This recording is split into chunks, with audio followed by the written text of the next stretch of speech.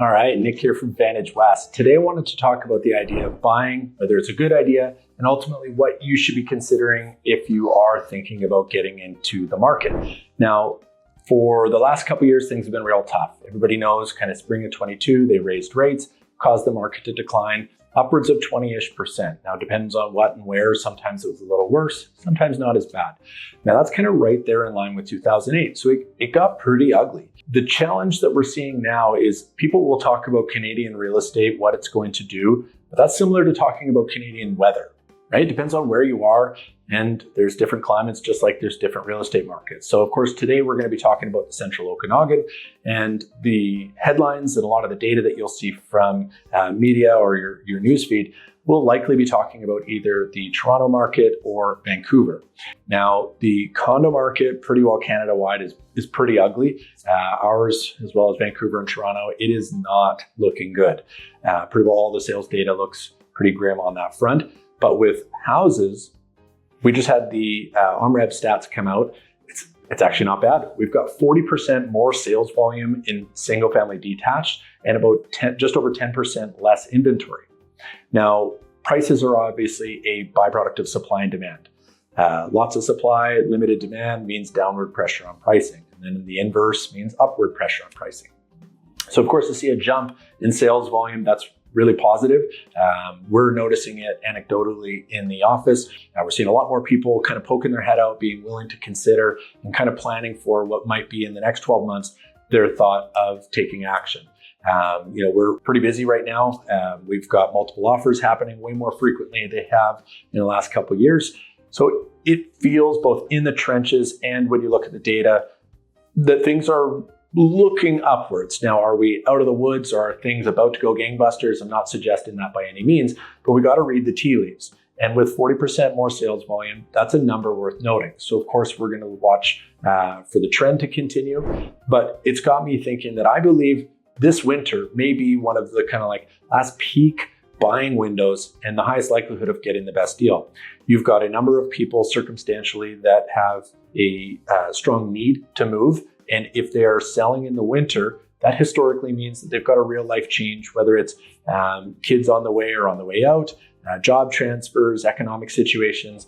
They're on the market because they need to be, right? Anybody with the luxury of waiting until spring has the freedom to do so.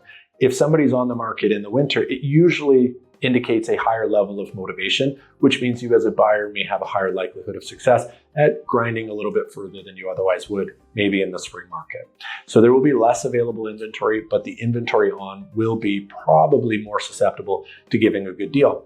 And I think as we progress, we are likely to see less and less deals, right? With inventory shrinking, sales volume going up, it's inevitable that sellers will get the memo and they will feel less inclined to carve money off their list price out of fear, right? A lot of the time, your deal will be based on the fear that that seller has about what's coming next or what could be their future outcome, and they're willing to take less now out of certainty.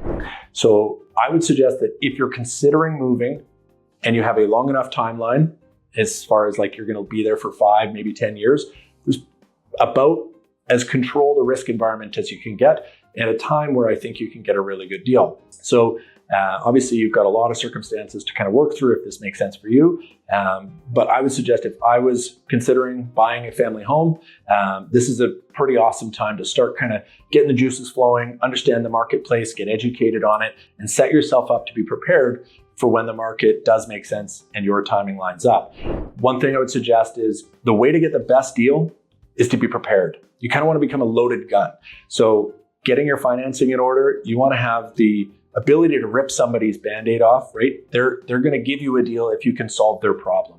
And that usually means being able to close quick. And for others, it may mean they want a done deal now, but they need time to find where they're going.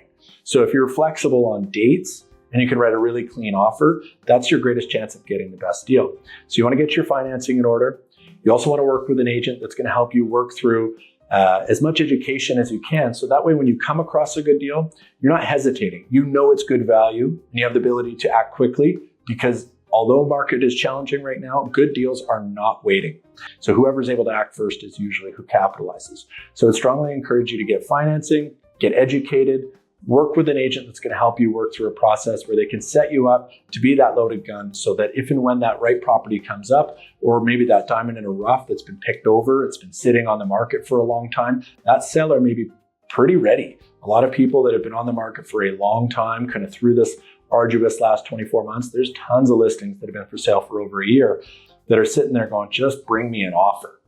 So there's a number of people there that maybe that listing was picked over, but it's good value at the right price. And somebody just hasn't taken a run at them, and it might make sense for you to do so. So working with an agent that can help kind of comb through what's available on the marketplace, as well as look for stuff not on the market or coming soon.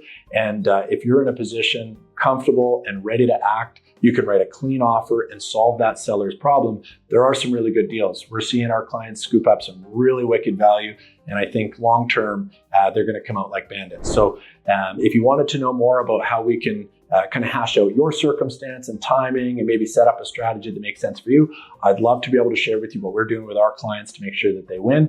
And as always, I appreciate you to your success, and I look forward to chatting more. Just send me a comment or a DM, and we can kind of hash out what makes the most sense for you. Appreciate your time. Bye for now.